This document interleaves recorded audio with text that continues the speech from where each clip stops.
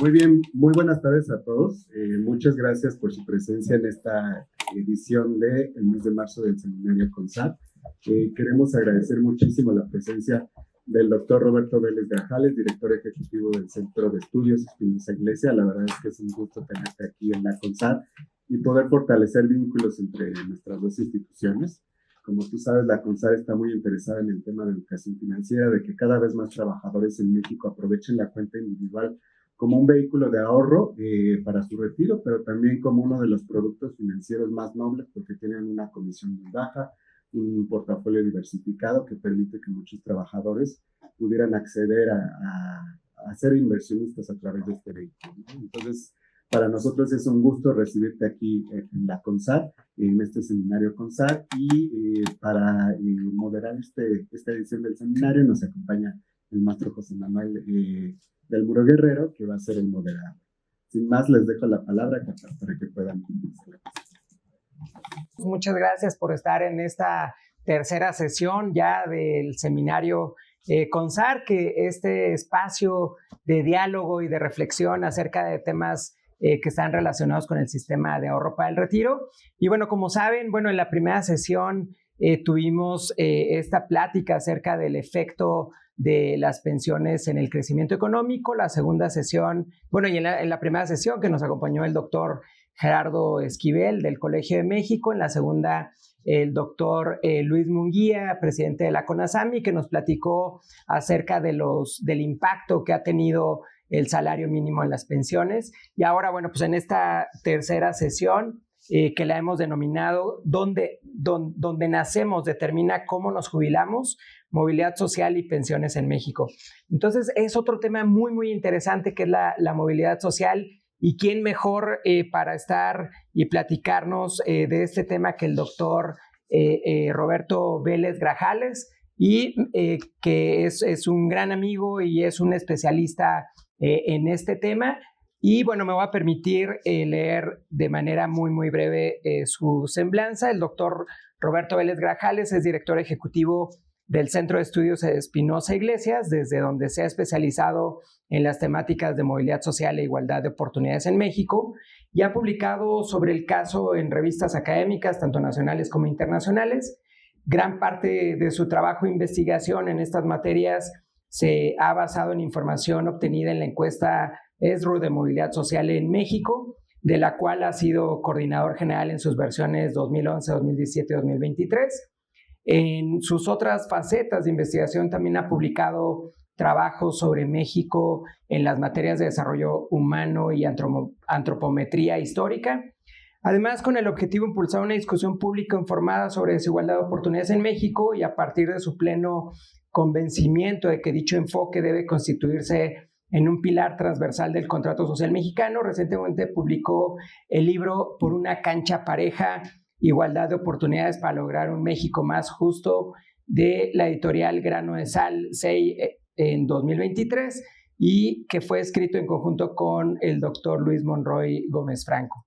Es licenciado en Economía por la Universidad de las Américas Puebla y maestro en la misma disciplina por el Colegio de México. Además, obtuvo su grado de doctorado en Historia Moderna por la Universidad de Oxford en Inglaterra y pertenece al Sistema Nacional de Investigadores SNI 1.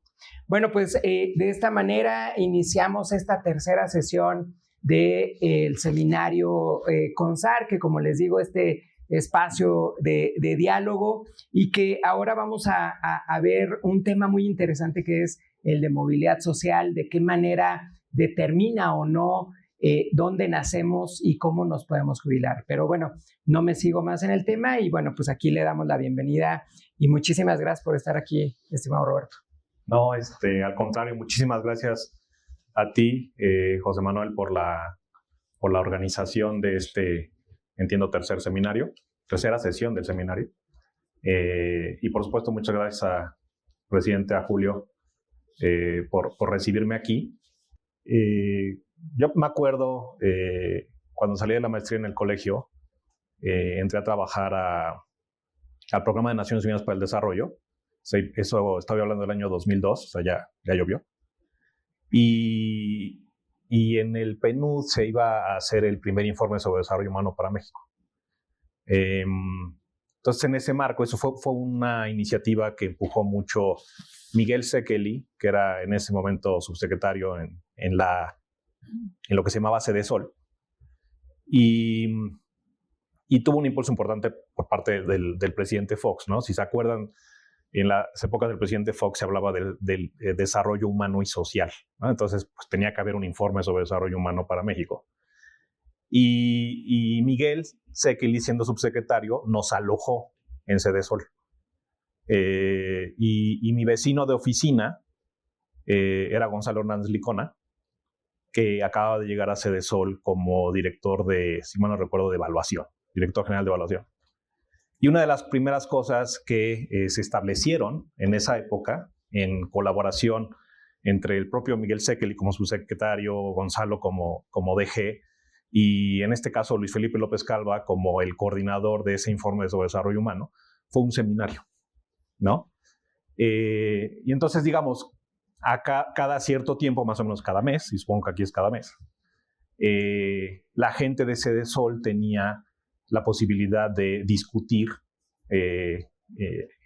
a pares, o como pares, con gente de la academia que estaba haciendo distintos tipos de análisis, en ese caso muy relacionados con el tema de desarrollo social. Y a mí, en esa primera experiencia de trabajo, con esta posibilidad de mantener el contacto con gente que era, pues básicamente, ese perfil de gente que nos acabó formando, nos acabó entrenando en la vida, pues era muy valioso, ¿no? Porque este contraste de análisis académico y pensar los resultados de la investigación académica en modo política pública, pues lo que hace es oxigenar a ambos lados, ¿no? Tanto a la academia, por lo que se aprende de la discusión con los funcionarios públicos, así como, supongo y espero, para los funcionarios públicos está recibiendo, digamos, esta información y este análisis en el caso mexicano, la frontera del conocimiento para el país, ¿no? Entonces,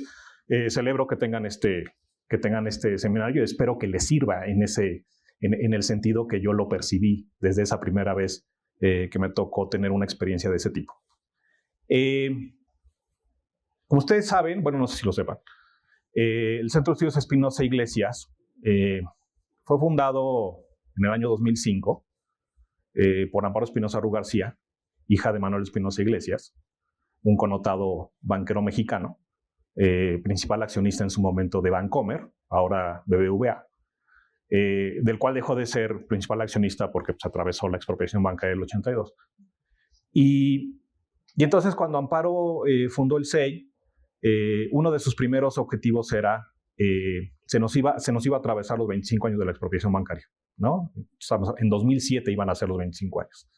Entonces, uno de los primeros objetivos que se fijó en conjunto con Enrique Cárdenas, director fundador del CEI, fue hacer un ejercicio de recuperación de memoria histórica de los hechos del 82, no para llenar un pañuelo de lágrimas, sino más bien para aprovechar la experiencia histórica de ese suceso para aprender algo, ¿no? Tanto desde el ámbito analítico como desde el ámbito, otra vez, de la discusión en términos de política pública.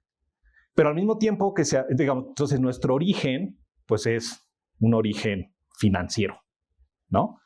Pero al mismo tiempo que sucedía esto, Julio Serrano Espinosa, miembro de nuestro consejo directivo, que ahora es nuestro presidente de consejo directivo, tenía una inquietud, que era contestar a esta pregunta que se hizo José Manuel en torno a si origen es destino, ¿no? Entonces, digamos, él venía de su formación en Estados Unidos, con una esposa socióloga, ¿no? Y entonces él se empezaba a encontrar en los medios norteamericanos estos análisis sobre si el sueño americano todavía lo era, ¿no? Entonces, digamos, si Estados Unidos seguía siendo the land of opportunity, ¿no? La tierra de las oportunidades. Y entonces él dijo, bueno, está muy bien y me gusta mucho el análisis sobre el caso norteamericano, pero ¿qué está pasando en México? ¿No? O sea, primero, hay un sueño mexicano y ese sueño mexicano, si es que está bien definido o hay un consenso en torno a lo que es el sueño mexicano, ¿qué tan frecuente es, ¿no? Entre las personas.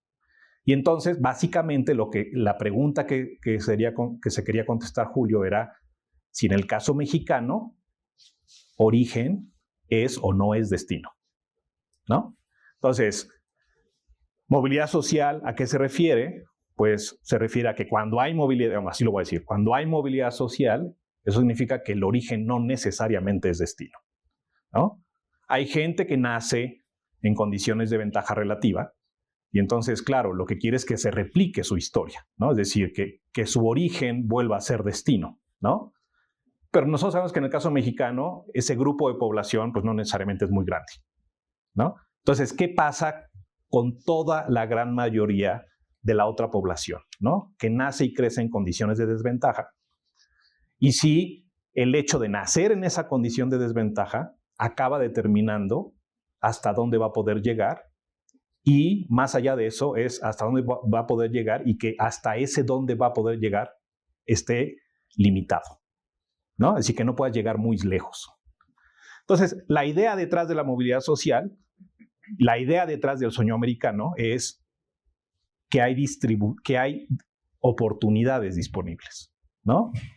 Y en el extremo, que hay igualdad de oportunidades. Entonces, no importa dónde yo haya nacido, quiénes sean mis papás, en qué estado de la República haya nacido, si nací yo hombre o mujer, indígena o no indígena, no importa ningún tipo de característica que nosotros no seleccionamos al momento. O sea, digamos, cuando somos bebés, antes de ser bebés, no es que nos pasen un menú para decidir qué es lo que queremos ser y cómo queremos ser. Pero entonces, digamos, todas esas características, esas circunstancias, ¿no? Sobre las cuales no tenemos control, si están siendo o no determinantes de nuestro espacio de logro, ¿sí? Y cuando yo les describí todas estas cosas, esas circunstancias o factores fuera del control de las personas, yo les describí puras cosas que no tienen nada que ver con el potencial de una persona, con la habilidad innata de una persona y con la posibilidad de constituir esa habilidad innata en una capacidad, ¿no? ¿Por qué el hecho de nacer en cierto territorio va a hacer que yo en promedio sea más o menos capaz que otra persona? ¿Por qué el hecho de que yo nazca hombre o mujer va a hacer que yo en promedio tenga más capacidad o más potencial que una u otra persona? Son puros factores que no te explican diferencias de logro. Y sin embargo, lo que está sucediendo en el caso mexicano, y ahorita vamos a ver resultados, es que esos factores sobre los cuales no tenemos control y no tienen nada que ver con nuestro potencial, están siendo factores que determinan nuestro espacio de logro. Es decir, que en el caso mexicano lo que tenemos es una situación de baja movilidad social que sobre todo se manifiesta en los extremos de nuestra escalera socioeconómica. Es decir, donde tenemos menos posibilidades de ascenso es en el punto de partida más bajo de la escalera social, en los primeros peldaños, pero eso también se observa en la parte alta de origen. Es decir, la parte alta de origen es difícil romper con el statu quo, ¿no? Entonces, este juego de las sillas, en términos de lo que conocemos como movilidad social relativa, en términos intergeneracionales, es un juego de las sillas donde nos movemos poco, ¿no? Es decir, la probabilidad de que acabemos en la misma silla de la que nos levantamos cuando empezamos a hacer el juego de las sillas es más que proporcionalmente probable, ¿vale? Entonces, dicho eso, lo que voy a hacer es contarles un poco del contexto de movilidad social en México. Luego les voy a platicar un poco de, en el último levantamiento de la encuesta ESRO de movilidad social que hicimos, los resultados que obtuvimos de un módulo de inclusión financiera, es decir, ya para acercarnos a temas más relacionados con ustedes.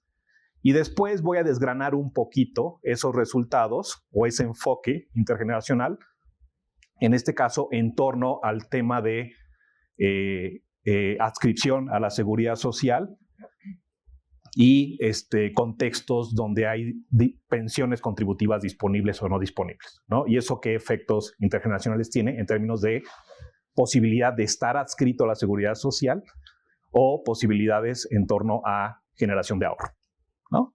Entonces, esto ya se los conté, ¿no? Entonces, me voy a ir directo. O sea, yo lo que les dije fue primero, la movilidad social en México es baja, ¿no? Y cuando les dije la movilidad social en México es baja, utilicé una definición relativa de movilidad social, donde lo que estoy haciendo es ver qué tanta fluidez hay en términos de posiciones ocupadas, no en términos de niveles de vida, sino en términos de posiciones ocupadas, ¿no? Entonces, si parto de posiciones bajas, hay una probabilidad muy importante de que me mantenga en las posiciones bajas. ¿Qué tan frecuente es eso en el caso mexicano? Si nos sujetamos a lo que dice nuestro análisis del informe nacional, que no es este, sino es otro de la serie, básicamente la probabilidad, si pensamos en una escalera de 5 peldaños, la probabilidad de que habiendo yo nacido en el peldaño más bajo, me quede yo a la vuelta de la vida en ese mismo peldaño es de 50 de cada 100. ¿Sí? ¿Qué pasa con los otros 50? Que sí salen, que sí ascienden en términos de posición. La gran mayoría alcanzan el segundo peldaño, 28 de cada 100, ¿no? Es decir, si nosotros tomamos el 50 y le sumamos el 28, la probabilidad de mantenerme en el 40% más bajo, habiendo nacido en el 20% más bajo, es prácticamente para 4 de cada 5 personas. De esas 100 que nacen en el 20% más bajo, ¿cuántas son capaces de llegar, o sea, de cumplir el sueño mexicano? Así lo voy a llamar, ¿no? De llegar al peldaño más alto, al quinto peldaño. Eso solamente se observa para 2 de cada 100 personas. ¿Sí? Ese 2 de cada 100, ¿qué significa? Que nos vamos a equiparar a la gente que vemos en las noticias como grandes capitales del país. No, eso lo sabemos, ¿no? Es decir, ese 20% más alto, en términos absolutos, podría estarse equiparando a cierto tipo de estrato medio o clase media en países desarrollados, no necesariamente todo el 20%, ¿no? A lo mejor solamente el 10%. ¿Qué es lo que pasa con el punto, el 99 percentil o más allá del 99 percentil? Pues básicamente la probabilidad de llegar ahí es 0, ¿no? Asintóticamente hablando, tiende a 0, ¿no? Pero eso no necesariamente es distinto a lo que sucede en otras latitudes, ¿no? Entonces, digamos, si pensamos en el sueño americano como un estrato medio absoluto, 2 de cada 100. Por un accidente de cuna, que es haber nacido en el 20% más bajo de recursos económicos. ¿Sí? Eso, ¿en qué se traduce si, por ejemplo, yo le agrego un segundo factor sobre el cual no tengo control? Le hace la región. Porque nuestra encuesta tiene la posibilidad de hacer desagregación para 5 grandes regiones desde el levantamiento de 2017, entonces lo tenemos para 2017 y 2023. Entonces, este de 50 de cada 100, si nos vamos al grupo de estados en el sur, se incrementa a 64. Es decir, 14 puntos porcentuales más de persistencia en la parte baja de la escalera socioeconómica. ¿Qué pasa si nos movemos hacia las regiones más al norte? Este 50 de cada 100 se cae a entre 31 y 37. ¿Sí? Es decir, en términos absolutos de puntos porcentuales, la diferencia entre el norte y el sur es como de 30 puntos porcentuales de mayor persistencia en la parte baja en el caso del sur, ¿no?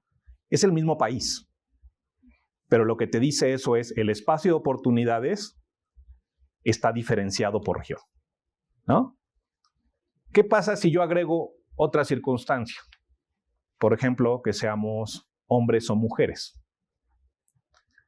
No tengo el dato exacto, ¿no? Pero lo que yo sí les puedo decir es que en los distintos levantamientos lo que hemos encontrado es, si nacemos en la parte baja de la escalera social y somos hombres o mujeres, lo que se observa es, en el caso de las mujeres, que la persistencia en la parte baja es mayor para ellas que para ellos, sus equivalentes en términos de origen. Es decir, que hay suelo pegajoso, si así le quieren llamar. Y si nacimos en la parte alta de la escalera social, entonces la probabilidad de perder esa posición de ventaja relativa es mayor para ellas que para ellos. Es decir, en términos incluso de ventaja relativa de origen, las mujeres son más vulnerables a la pérdida de posición que los hombres. Y eso, luego lo podemos discutir, pero está asociado con, por ejemplo, espacio de realización económica, ¿no? Entonces, ¿estoy excluida o no excluida del mercado laboral? Si no estoy excluida, ¿estoy en la formalidad o en la informalidad? Si estoy en la informalidad, entonces ¿estoy generando un ahorro para el retiro o no lo estoy generando? ¿No? Y entonces en el curso de vida, esas desigualdades estructurales de origen acaban cristalizándose en el destino de las personas y entonces las brechas también se consolidan y se cristalizan. ¿Vale? Entonces, dicho eso, en el levantamiento de 2023, lo que hicimos fue, como les dije, incluir un módulo de inclusión financiera, ¿no? ¿Por qué lo hicimos? Porque en sí mismo es interesante el tema, pero también porque tiene que ver con nuestro origen institucional. Es decir, si arrancamos por el lado del sistema financiero y luego construimos todo un programa en torno a movilidad social e igualdad de oportunidades y generamos diagnóstico en torno a eso, aquí la pregunta es, ¿cuál es el papel que juega en genérico el sistema financiero con relación a las posibilidades de movilidad social de la población? Entonces, ¿el sistema financiero se está constituyendo o no en un instrumento para ampliar el espacio de movilidad social de las personas, ¿no? Entonces, ¿qué características tiene el módulo? O sea, piensen en la ENIF, pero con perspectiva intergeneracional. No tan profundo y extenso como la ENIF, pero digamos un módulo de unos 30 reactivos que incluye ciertas cosas que tienen que ver no solamente con qué es lo que está sucediendo en el corte transversal actual, sino que indaga en torno a la condición financiera de origen, ¿no? ¿De dónde provenimos? ¿De hogares incluidos financieramente o de hogares excluidos financieramente? ¿Provenimos de hogares donde se dio una formación financiera o de hogares donde no se dio una formación financiera, ¿no? Y todo eso interactuando con todas estas cosas que yo les conté y más, ¿no? O sea, género, región, posición de origen en la parte baja de la escalera social, ¿vale? Entonces, aquí lo que pueden ver es la manera en que construimos nuestro índice de inclusión financiera, que es pues bastante precario, ¿no? Tiene una desventaja, que es que no tiene una gran variedad como para identificar uso o acceso a ciertos productos financieros. Solamente tomamos en cuenta esas cuatro variables, lo cual a su vez es una ventaja, por ejemplo, en términos de la definición básica de inclusión financiera construida a partir de la ENIF, que lo que te da es la posibilidad, como son pura dicotómica, ¿no? Tienes o no tienes, tienes o no tienes, tienes o no tienes, y la definición es de si al menos tienes una, ¿no? Entonces, si tú tienes una de 4, al estilo de como lo estamos midiendo nosotros, versus a como se está midiendo oficialmente a través de la ENIF, que es uno en, no me recuerdo cuántas son, 18 o 20 variables, ¿no? Entonces, con que estés en una de esas 20 ya estás incluido financieramente, ¿no? Entonces, en ese sentido, es más restrictiva, ¿sí? Esta definición. No es uso, ¿eh? Es pura tenencia, ¿vale? Que eso es muy importante, o sea, tienes o no tienes cuenta de ahorro, tienes o no tienes tarjeta de crédito, tienes o no tienes cuenta o tarjeta de nómina, tienes o no cuenta de cheques, ¿no? ¿Tus papás tuvieron eso? Esa es la otra pregunta. ¿Alguno de tus papás tuvo eso? Al menos una de esas 4, ¿sí? Cuando tú tenías 14 años, así es como se construye la retrospección en el instrumento, ¿vale? Entonces, primer resultado, en términos intergeneracionales. Del lado izquierdo, ustedes pueden ver a la generación anterior, es decir, es la pregunta en torno a los padres de las personas entrevistadas. Entonces, dada nuestra definición básica de inclusión financiera en torno a esas 4 variables y tener al menos una tenencia de una de esas 4, en la generación anterior, estamos hablando de una población de 25 a 64 años, es decir, los padres de esa población de 25 a 64 años, solamente una quinta parte estaban en nuestra definición de inclusión financiera incluidos financieramente. Es decir, 4 de cada 5 no lo estaban. A la vuelta de la vida, es decir, cuando nosotros vamos y le preguntamos a los informantes, a las personas informantes calificadas sobre su situación de inclusión financiera en torno a estas 4 variables, ese 21% que pueden ver del lado izquierdo se incrementa hasta el 49%. ¿Qué quiere decir eso? Pues que todavía tenemos a la mitad de la población fuera de la condición de inclusión financiera, pero que de una generación a otra esa inclusión financiera se incrementó 2.5 veces. ¿No? Entonces, digamos, son unas por otras. ¿Vale? Entonces, ese es el primer resultado en términos intergeneracionales. Tú tienes un crecimiento de la inclusión financiera importante, ¿no? En términos de, por ejemplo, espacio de ahorro, para lo que sea, incluido el retiro, tú empiezas a contar, al menos con ventanillas, ¿no? Disponibles, le voy a llamar disponibles, si le gusta me dicen si están disponibles o no están disponibles, pero digamos, potencialmente tienes ventanillas disponibles para empezar a generar ahorro, en este caso, para el retiro, ¿no? Esa es una ventaja, claro que lo es, ¿no? O sea, ya no simplemente tienes a toda la gente fuera, sino que ahora al menos tienes la ventanilla ahí para la mitad de la población. Y no la tienes para la otra mitad. ¿Vale? Segundo resultado, ¿cómo se transmite intergeneracionalmente esta inclusión financiera? Y entonces ahí del lado izquierdo dice, la probabilidad de contar con inclusión financiera es 7 veces mayor para quienes tuvieron padres con inclusión financiera. ¿Y eso cómo lo calculamos? Tomen la composición de las dos columnas que tenemos aquí y simplemente tomen el naranja, ¿no? Que dice padres sí tuvieron inclusión financiera y dice personas con inclusión financiera y es 37 de cada 100. Y en el otro, que es personas sin inclusión financiera, el naranja son esos que tuvieron padres incluidos financieramente. ¿Por qué digo 7 veces a 1? Porque simplemente tomo el 37 y lo divido entre 5. Esa es la diferencia de probabilidad de estar incluido financieramente, dada la condición de origen de inclusión financiera. Entonces, la diferencia entre tener padres incluidos financieramente versus no tenerlos, en términos de probabilidad de estar incluido financieramente, es 7 veces mayor para los primeros. ¿Sí? En términos de educación es lo mismo, no sabe lo mismo. Si yo tomo a la población con máximo educación primaria y veo la frecuencia con la que llegan, por ejemplo, a educación profesional, es 9 de cada 100. Si yo eso mismo lo hago para la población con padres profesionistas, es decir, que llegaron a educación universitaria, la probabilidad de llegar a educación universitaria es de 63 de cada 100. 63 entre 9, 7. La misma intensidad en la diferencia de probabilidad. ¿Vale? Entonces, ¿qué es lo que queremos decir con esto? Que el origen importa. ¿Y por qué importa? Porque los sistemas no necesariamente se han desarrollado de tal manera que incorpores a la población independientemente de su condición de origen. Es decir, si nosotros pensamos, por ejemplo, en términos de desigualdad de oportunidad, y yo les digo, la desigualdad de oportunidad en México es alta, es al menos la mitad de la desigualdad de ingresos se explica por factores fuera del control de las personas, y de ese 50%, la mitad está explicada por los recursos económicos del hogar de origen. Eso, como lo leo, como una ausencia de Estado, como una ausencia de política pública o como una ausencia de sistemas. ¿Qué pasa si yo sé que la manera en que mis hijos la van a hacer es estudiando hasta profesional, pero en el entorno en el que yo vivo no hay escuelas, buenas escuelas disponibles para mis hijos? Entonces, ¿cuáles son mis alternativas?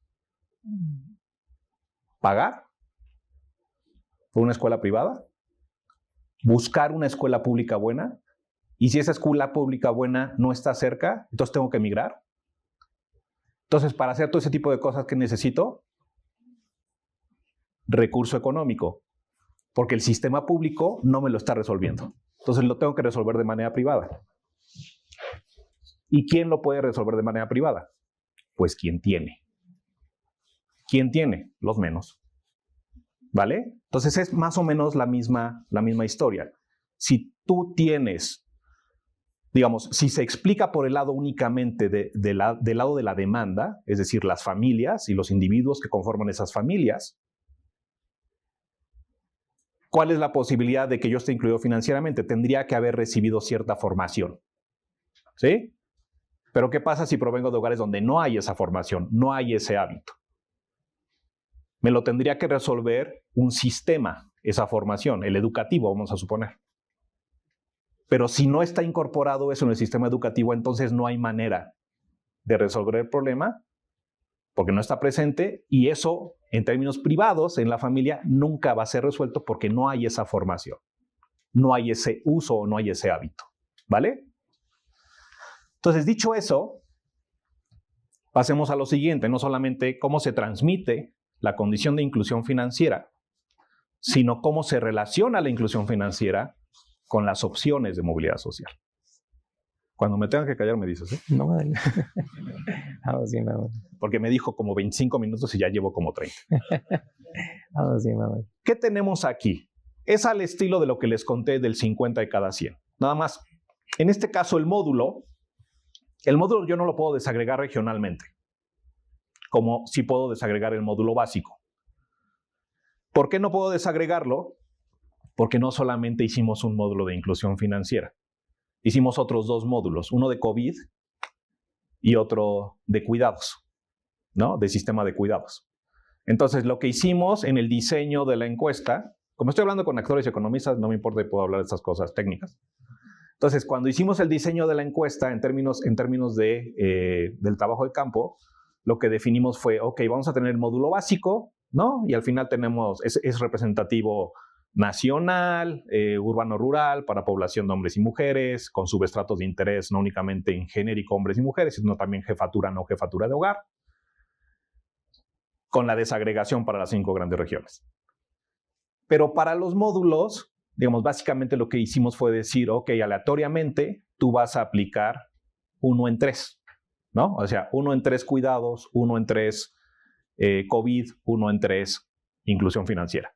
Entonces, ¿qué te arroja eso? Pues te arroja una submuestra de una tercera parte de las entrevistas efectivas de la muestra nacional, es decir, 6,000. Y no está diseñado para que esa 6,000 la podamos desagregar y generar representativa para las 5 grandes regiones. ¿Por qué? Porque independientemente de si la diseñas o no la diseñas, el tamaño de submuestra no es suficiente para construir una matriz de movilidad social como la que les estoy contando. Porque tú lo que tienes no es una matriz de 5 por 1, tienes una matriz de 5 por 5, porque tienes 5 peldaños de origen cruzado contra 5 peldaños de destino, ¿vale? Entonces, si eso yo lo diluyo regionalmente, entonces imagínense cuál es el tamaño de submuestra que requiero, no para las colas de la matriz, donde se concentran las persistencias, sino para todo lo que está adentro, ¿no? O sea, no solamente diagonal principal de la matriz, sino las otras casillas que conforman a la matriz, ¿vale? Entonces, cuando hago esa desagregación, no solamente pierdo la posibilidad del análisis regional, sino que mi submuestra se me diluye y entonces se me aligera mucho el análisis de población con origen de inclusión financiera en el primer peldaño. Entonces, ¿qué hago? Entonces lo agregamos y decimos, ok, no nos vamos a concentrar en el 20% más bajo origen, sino que vamos a tomar los primeros 2 quintiles. Es decir, el 40% más bajo. Y vamos a tener 2 tipos de personas. Las personas que nacieron y crecieron en el 20% más bajo de la escala de recursos económicos, que tenían papás, algunos de sus papás incluidos financieramente, versus el mismo grupo en términos de origen socioeconómico, donde los papás no estaban incluidos financieramente. ¿Sí? Y entonces, lo que ahí vemos es la persistencia en el 40% más bajo. Es lo que vemos en la base. ¿Sí? Entonces, en la base, la persistencia en la parte baja es 12 puntos porcentuales menor para la población que proviene de hogares con inclusión financiera. ¿Sí? Eso en sí mismo es importante, ¿no? Pero más importante es si analizamos el resultado en términos de la experiencia de movilidad social de largo alcance. Es decir, con qué frecuencia, teniendo ese origen, llego al 20% más alto. Y eso es lo que ven arriba, hasta arriba, ¿no? Entonces, ¿qué pasa con la población que proviene de hogares no incluidos financieramente? El alcance de la movilidad ascendente es de 4 de cada 100.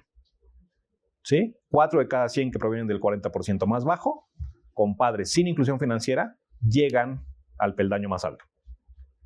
¿Qué pasa cuando provengo de hogares donde los padres sí estaban incluidos financieramente. Ese 4% crece a 13%. Es decir, crece 3.3 veces.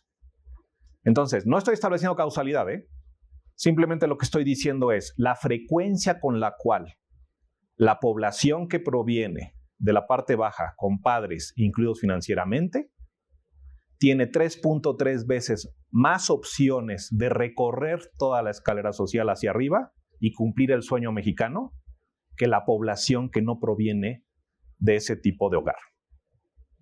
Es mucho.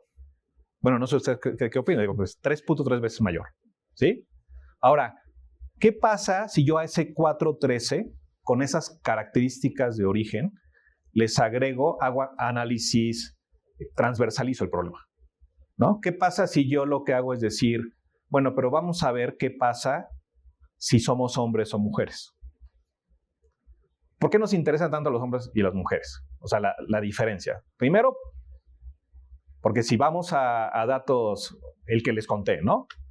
El espacio de movilidad social ascendente y el espacio de movilidad ascendente está más restringido para ellas que para ellos. El espacio de movilidad descendente es más amplio para ellas que para ellos. Si eso me lo llevo a temas de participación laboral, en genérico, sin pensar en formalidad e informalidad, la brecha es de 30 puntos porcentuales. O sea, si tú ves la ENOE, ¿no? A día de hoy, pues la participación laboral femenina es de 46 puntos porcentuales, la participación laboral masculina es de más o menos 76 puntos porcentuales. En el caso de las mujeres, de 2005 a 2025, que es cuando tenemos la serie esta consistente de la ENOE, no sé si llamarle consistente, pero al menos en ese ámbito sí, lo que ha crecido la participación laboral femenina es solamente 6 puntos porcentuales, es decir, de 40 a 46%. ¿Qué significa ese 30% de brecha? ¿Eso es lo que pasa en todo el mundo? No. ¿Eso es lo que pasa en América Latina? Tampoco. México está en el lado izquierdo, digamos, en el lado de la clasificación con mayor brecha, no en el mundo, con mayor brecha en América Latina y el Caribe. ¿No? Nos superan, en términos del tamaño de la brecha, a lo mejor otros 2 o 3 países. Nada más. Entonces, allá está pasando algo. Y como les decía hace rato, con todo lo que eso implica, si estás participando o no estás participando en el mercado laboral, generando ingreso, generando ahorro, etcétera, etcétera, ¿no? Entonces, cuando hacemos este ejercicio, y diferenciamos entre hombres y mujeres, ese 13% para los hombres, ¿de cuánto creen que es? Es decir, el 13% era hombres que nacen en el 40% más bajo, pero con padres con inclusión financiera. Ese 13%, si es consistente con lo que les estoy describiendo de las diferencias entre hombres y mujeres, ese 13% tendría que ser mayor, ¿no? Porque somos 50-50, ¿no? O más bien 51-49, y entonces entonces yo espero que las mujeres tengan menos espacio de movilidad social ascendente. Entonces ese 13% para los hombres se va al 22%. Es decir, ya una quinta parte de los hombres que nacen bajo esa situación, si están en una situación de inclusión financiera de origen, hacen el recorrido completo. ¿Qué proporción sucede con las mujeres? Pues saquen el promedio, ¿no? O sea, si de 13 en el promedio nacional me fui a 22, pues quítale el proporcional. Entonces, para las mujeres es 7 de cada 100. ¿Ese 7 es mayor que el 4 del lado izquierdo? Sí. En términos absolutos, mejoran. Es decir, hay una ganancia de la inclusión financiera de origen para las mujeres. Pero la ganancia para los hombres es más que proporcional con relación a la ganancia para las mujeres. Y de hecho, lo que sucede es que la brecha, en términos relativos, se amplía. ¿Vale?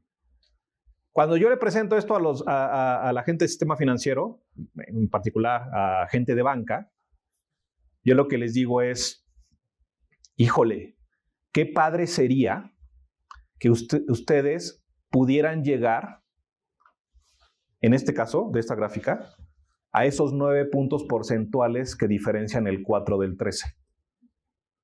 ¿Por qué? Porque ese es el tipo de cliente que quieres, pero no estás llegando a él. ¿Sí? Y si se los digo con relación a hombres y mujeres, pues con mayor razón. Es decir, si el potencial es del 22% en el caso de los hombres, tendría que ser el mismo en el caso de las mujeres. Entonces, si yo hago el 22 menos el 7, tengo 15 puntos porcentuales de diferencia. Esas son las clientas que estás perdiendo. No por buena gente, son las clientas que tú quieres y no estás llegando a ellas.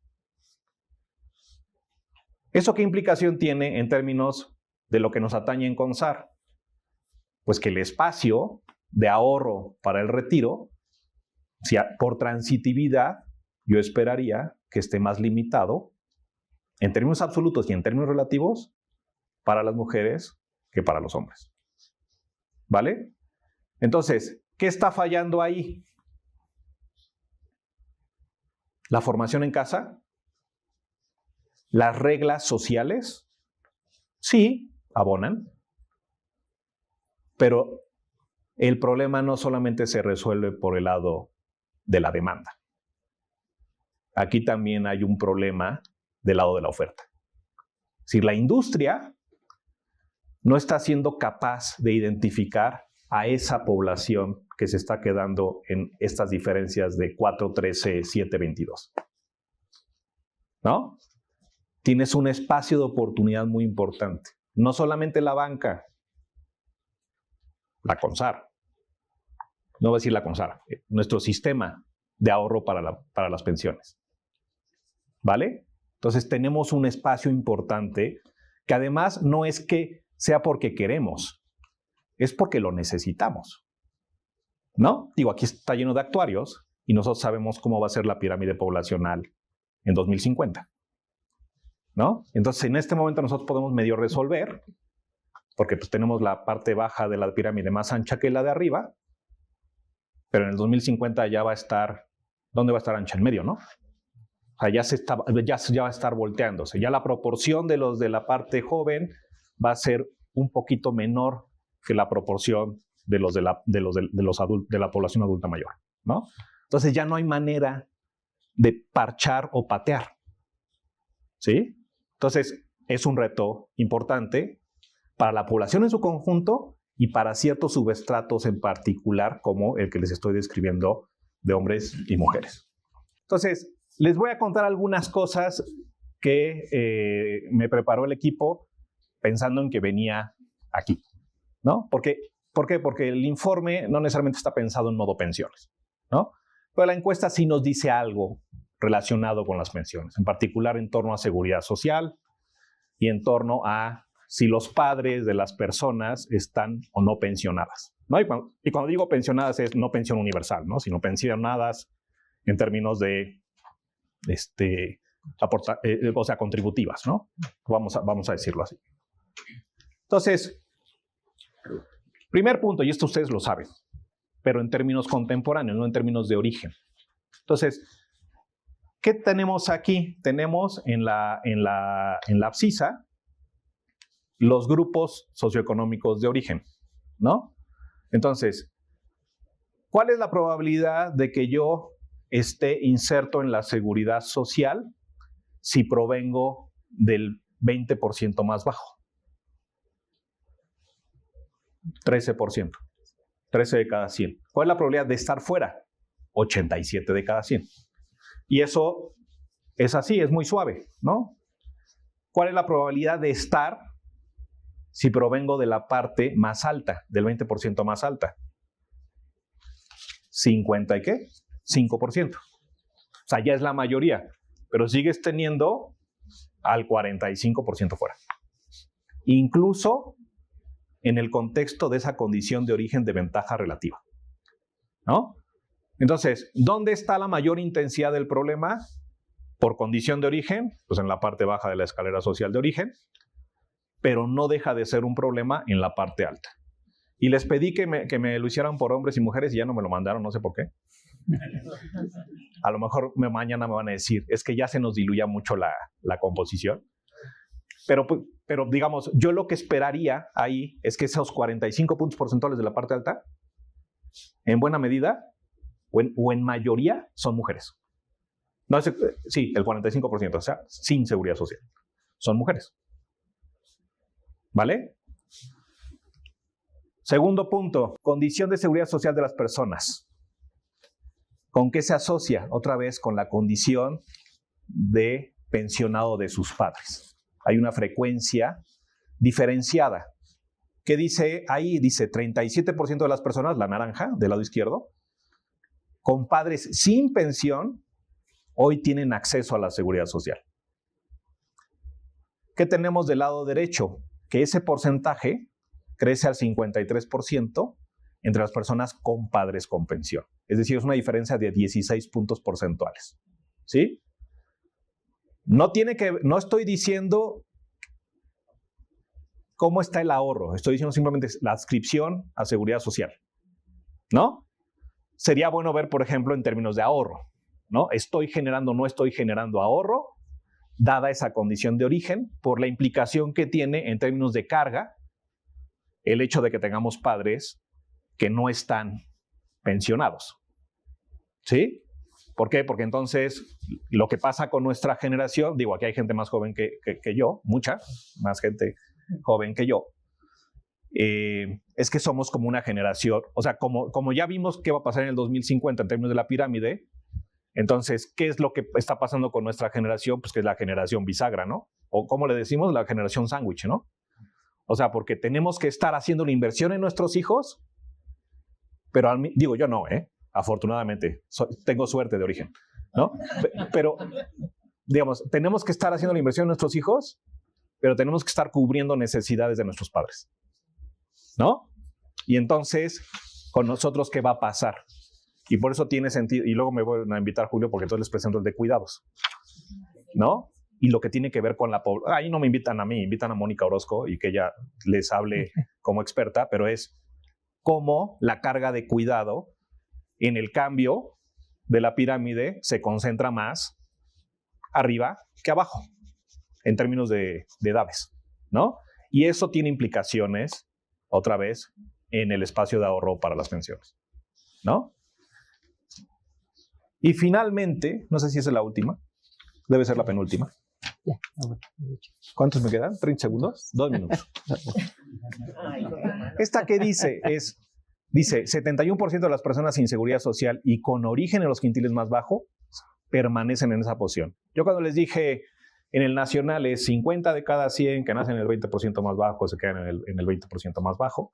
Aquí es, otra vez, por temas de submuestra, entonces este es el 40% más bajo de origen. ¿Con qué probabilidad se quedan abajo?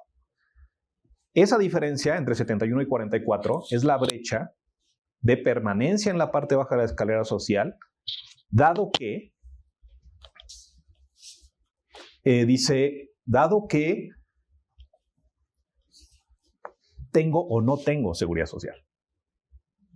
Entonces, tú lo que tienes es una menor permanencia en la parte baja, dado que provienes de ahí, entre la población, y eso es como obvio, ¿no? Dices, claro, la gente con seguridad social tiene una mayor posibilidad de escape, le voy a llamar escape, o de ascenso en la escalera social, ¿no? Pero no solamente eso, en términos de permanencia, sino si ustedes se van hasta el otro extremo, dice 11 contra 2, ¿no? Entonces dice, 11% de las personas con seguridad social procedentes de la posición más baja alcanza el quintil más alto. Eso se reduce a 2% entre las personas sin seguridad social, ¿vale? O sea, la seguridad social no es nada más un artefacto por ahí, sino que es una cosa que manifiesta todo un proceso, ¿no? Y que se va a manifestar no únicamente en un momento particular del tiempo, sino que se va a manifestar desde el momento de la participación en el mercado laboral hasta nuestro retiro, ¿no? Entonces, dicho eso, nada más les voy a dejar esta, que seguramente ustedes la conocen mejor por las fuentes de información con las que cuentan, pero para que vean a mí lo que me preocupa en términos de agencia, es decir, no de agencia, es el componente de agencia y el componente de espacio de elección de las personas, son las dos cosas, ¿no? Entonces es mi decisión, de qué tamaño es mi espacio de decisión, y entonces puedo contemplar o no contemplar estar planeando mi retiro en términos de ahorro, ¿no? Entonces ahí dice, hasta el lado derecho, o sea, les preguntamos a las personas sobre cómo van a ahorrar, ¿no? Y se dan cuenta, 3 de cada 10 personas nos dicen que no saben, ¿no? O que no lo han pensado. Otra vez, mi equipo me debe una gráfica porque le dije, ok, ármame la composición por edad. Porque mi prior es, ese 30% tiene una proporción mayor de gente más joven, ¿no? O sea, pensemos en nosotros. A los 20 años pensábamos en el retiro.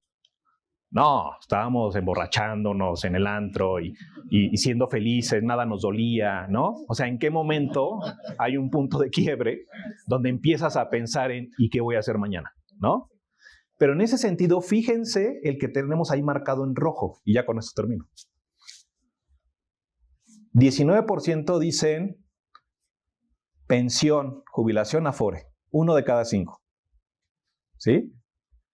Y luego ahí dice 21%, o sea, prácticamente lo mismo. No voy a dejar de trabajar. Seguiré trabajando, ¿no? O sea, como mis profes de la UNAM, digo, yo no estoy en la UNAM, pero conocemos cómo era el sistema de la UNAM, ¿no? Entonces decía, yo me muero en el escritorio, ¿no?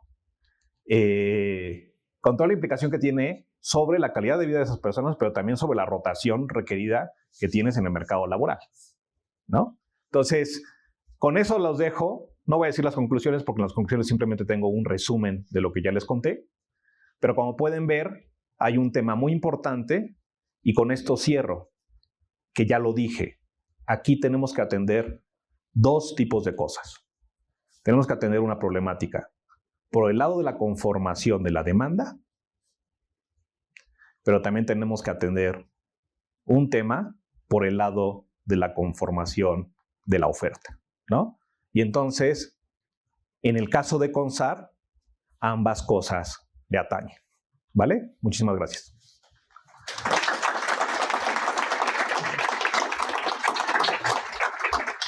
Muchísimas gracias. Muchísimas gracias, Roberto, por estos datos tan interesantes y también por el análisis tan importante que nos dejas. Nos compartiste datos muy, muy interesantes que nos dejan impactados, la verdad, de cuál es la realidad en nuestro país acerca de diferentes variables de esta pregunta inicial de si origen es destino. Entonces, creo que nos alimenta mucho en cuanto a la percepción y a la respuesta inmediata que teníamos cada uno de nosotros. Y también a mí me llamaron mucho la atención todos los datos, pero en particular estos últimos que nos dejas acerca de 1 de cada 3 personas no sabe o no ha pensado en lo que va a hacer o de qué manera va a financiar su retiro. 1 de cada 5 seguirá trabajando. Entonces, dice que seguirá trabajando. Falta que los contraten, ¿no? Exactamente, pero finalmente, pues lo vemos en realidades en que a lo mejor van a estar trabajando. ¿Cuáles van a ser las condiciones de trabajo? ¿No? Vemos una proporción muy alta de personas adultas mayores, pues que quizás están en un súper, en una caja, y de diferentes condiciones que son muy, muy, muy complicadas. Y también me llamó la atención de 1 de cada 10 que piensa que va a financiar su vida en el retiro con una pensión no contributiva, ¿no? La pensión de personas adultas mayores. Entonces nos dejas, creo que, datos muy, muy interesantes que nos van a permitir, creo, también nosotros seguir profundizando en estos análisis. Y bueno, pues nos queda un espacio. Ahora vamos a pasar a este espacio de preguntas y respuestas. Así que, bueno, pues abrimos este espacio. Así que, por favor, si pudieran levantar la mano y les pasamos el micrófono. Gracias. Sí, ¿qué tal? Muchas gracias por la exposición. Creo que hubo ahí datos bastante interesantes. Sobre todo me llama la atención este tema de que el 95% de los excluidos financieros proviene de padres también excluidos, ¿no? A raíz de esto, pues me pregunto si esta exclusión heredada, ustedes han hecho la hipótesis de si se debe a un tema de infraestructura o prevalece un tema cultural dentro de la población que sigue sin estar incluida financieramente bajo la definición que ustedes mantienen. O sea, no lo hemos contrastado empíricamente, ¿sí? Entonces yo por eso les decía, La sospecha es que son las dos, ¿no? ¿Cuál pesa más? No lo sé. Pero ¿cuál es la implicación? Que hay espacio de intervención en los dos ámbitos. Es decir, si lo que está sucediendo es esa frecuencia que tú señalas, ¿no? Del 95%, es porque no tienes intervención externa que rompa, por ejemplo, con ciertos hábitos o conductas o sea, conductas sobre tenencia o uso, ¿no? Entonces ahí tú tienes, y se podría hacer un paper más detallado para contrastar empíricamente eso, pero la implicación doble es la que les dije al final de mi presentación. Es decir, tú tienes que generar mecanismos de intervención externa que rompan con el patrón establecido en los hogares, en este caso particular, los hogares excluidos financieramente. ¿Cuál es tu instrumento? Es como cuando teníamos progreso, oportunidades, ¿no? Entonces le empezábamos a colgar más esferitas, ¿no? Y ya luego nos empezaba a rechinar. Pero era muy funcional, ¿no? O sea, para ir metiendo ciertas cosas. ¿Cuál es tu instrumento ad hoc de política pública para eso? Pues la escuela, ¿no? O sea, a la escuela, legalmente desde el preescolar tenemos que ir todos, a día de hoy, ¿no? Entonces, tú tienes el vehículo o tienes el espacio, ¿no? La pregunta es, ¿cómo haces la intervención? ¿No? Es decir, ¿qué tipo de formación financiera tienes que generar o transmitir a través del sistema educativo? Me contaban que hay ciertos programas que ustedes tienen con CONALEP y así por el estilo, ¿no? Entonces, tú lo llevas, pero ahí no se acaba el problema, ¿no? O sea, la semana pasada que estuve en la convención bancaria, porque nos abrieron nuestro día de agenda social. Entonces estuvimos en un panel que decía que era sobre empoderamiento económico para la movilidad social, ¿no? ¿Qué está haciendo la fundación de la ABM? Está redefiniendo su objetivo en el sentido de lo que tenemos que buscar es empoderamiento económico. ¿Pero qué implica empoderamiento económico si lo pensamos desde una perspectiva, por ejemplo, ceniana, ¿no? A lo Zen, a lo Nussbaum. Es que tú estés en condiciones no solamente de hipotéticamente poder decidir ciertas cosas, sino que efectivamente puedes elegir ciertas cosas. Es decir, tu espacio de elección efectivo se tiene que ampliar. Y el espacio efectivo de elección no solamente se amplía por el lado de la demanda. Tú tienes que establecer, tienes que construir entornos, como dice Friné Salguero, la nueva directora de la Fundación de ABM, tienes que construir entornos habilitantes, ¿sí? Entonces el entorno habilitante no es suficiente, la condición de formación en la escuela no es suficiente. Es necesaria para romper con estas cuestiones de frecuencia, pero no necesariamente suficiente. Va a ser suficiente en la medida en que tengas entorno habilitante. Entonces el lado de la oferta tiene que hacer su trabajo, ¿sí? Entonces es una combinación de las dos cosas. Entonces, ya no es solo educación financiera, sino que es generación de capacidades financieras, ¿no? A lo Zen, otra vez, a lo Nussbaum. No es capabilities, no es simplemente educación, ¿vale? Muchas gracias, Roberto. Yo tengo una pregunta y un par de comentarios.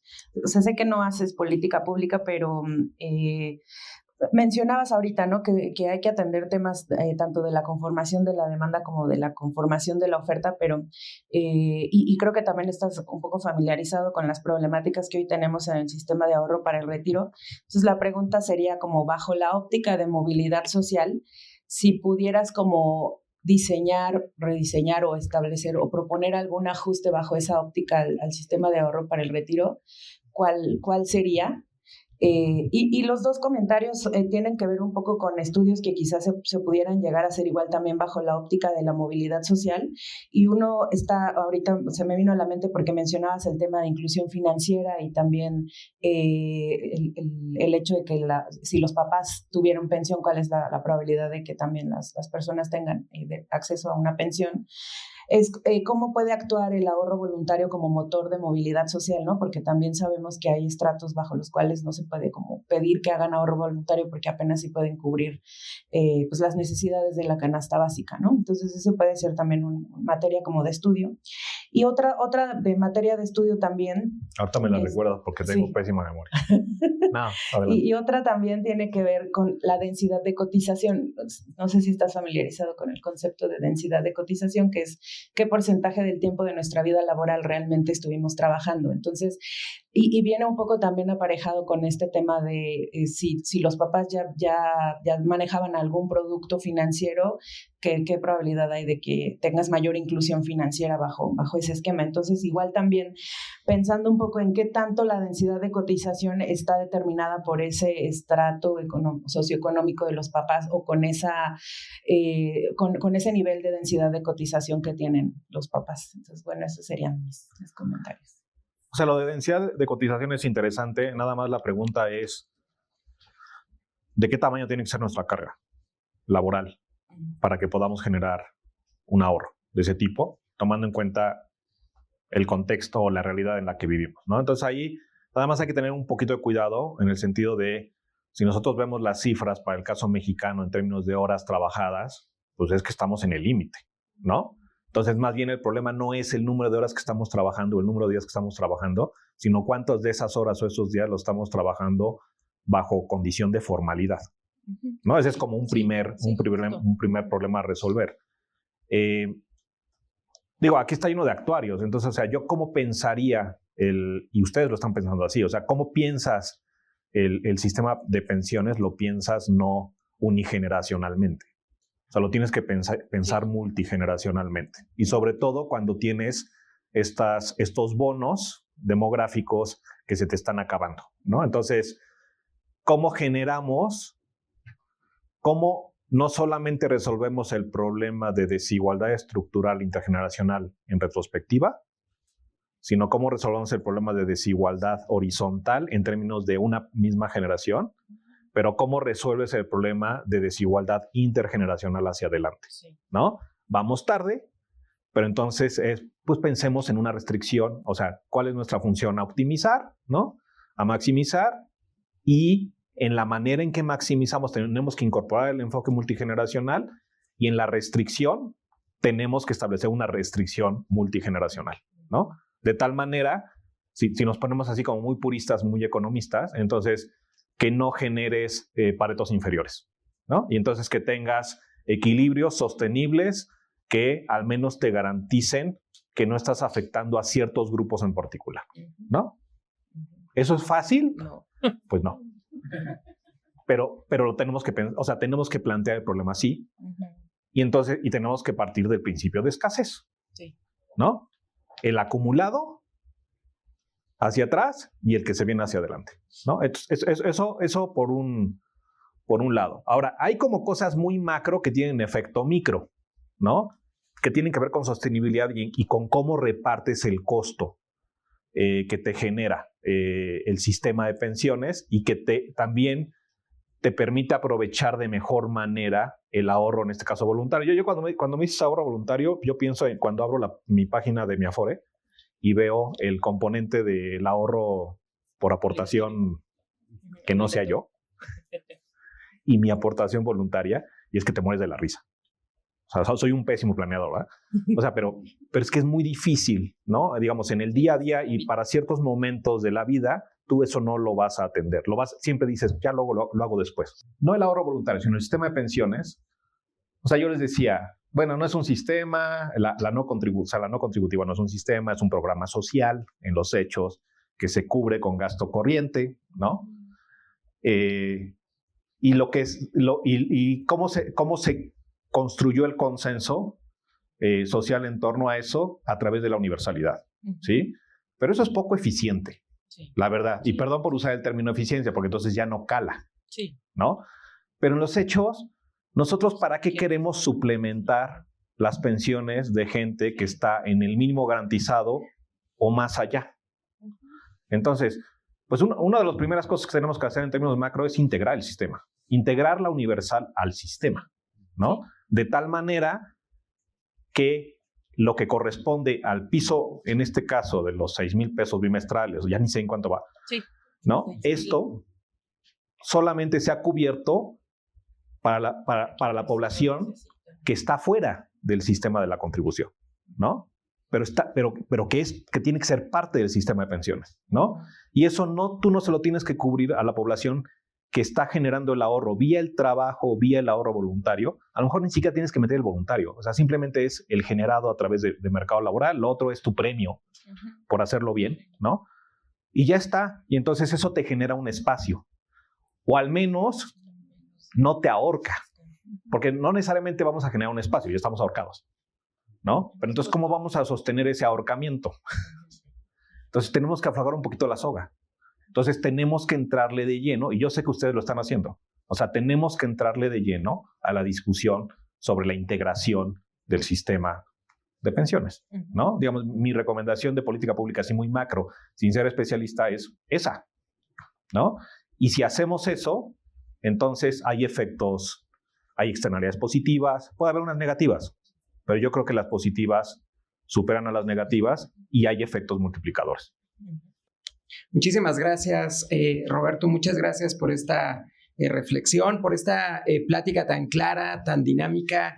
Y bueno, pues vemos ahí cómo se refleja ahí tú, que eres un especialista en este tema. Y bueno, pues con esto estaríamos terminando esta tercera sesión. Agradecemos mucho también a todas y todos quienes estuvieron presentes el día de hoy.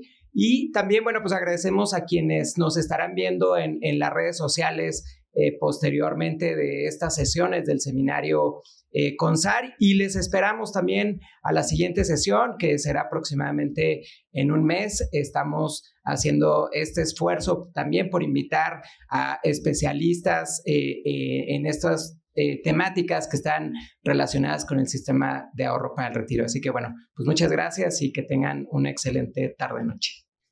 Gracias.